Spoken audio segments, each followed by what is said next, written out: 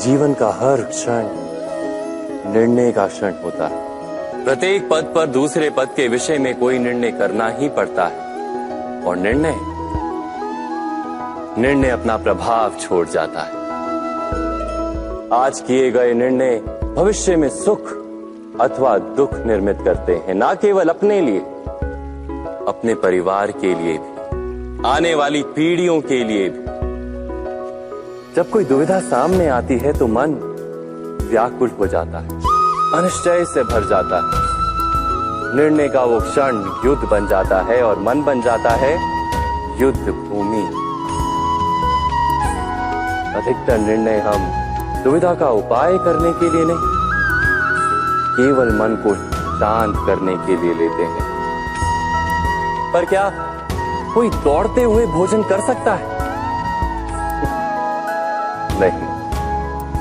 तो क्या युद्ध से जूझता हुआ मन कोई योग्य निर्णय ले पाएगा? वास्तव में शांत मन से जब कोई निर्णय करता है तो अपने लिए सुखद भविष्य बनाता है, किंतु अपने मन को शांत करने के लिए जब कोई निर्णय करता है तो वो व्यक्ति भविष्य में अपने लिए कांटों भरा वृक्ष लगाता है। स्वयं विचार कीजिएगा।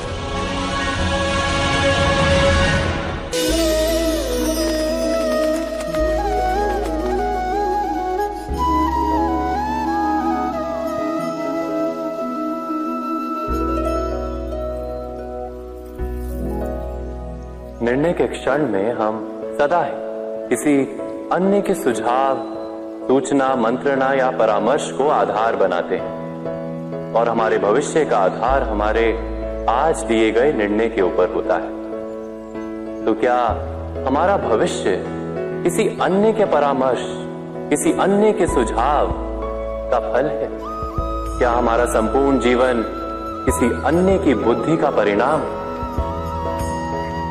क्या हमने कभी विचार किया है?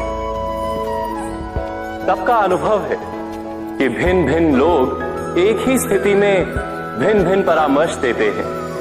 मंदिर में खड़ा भक्त कहता है कि दान करना चाहिए और चोर कहता है यदि अवसर मिले तो इस मूर्ति के श्रृंगार चुरा दो। धर्म से भरा हृदय धर्ममय सुझाव देता है और अधर्म से भरा हृदय अधर्म का परामर्श देता है।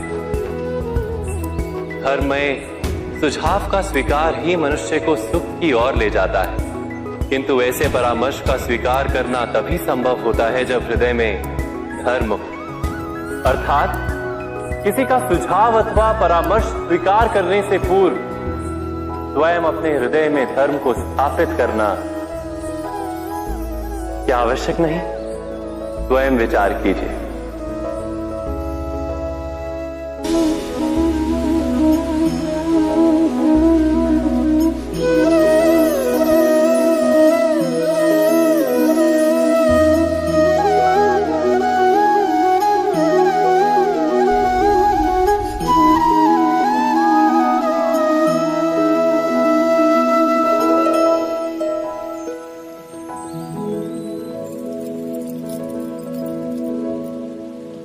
भविष्य के आधार पर सब आज का निर्णय लेना चाहते हैं।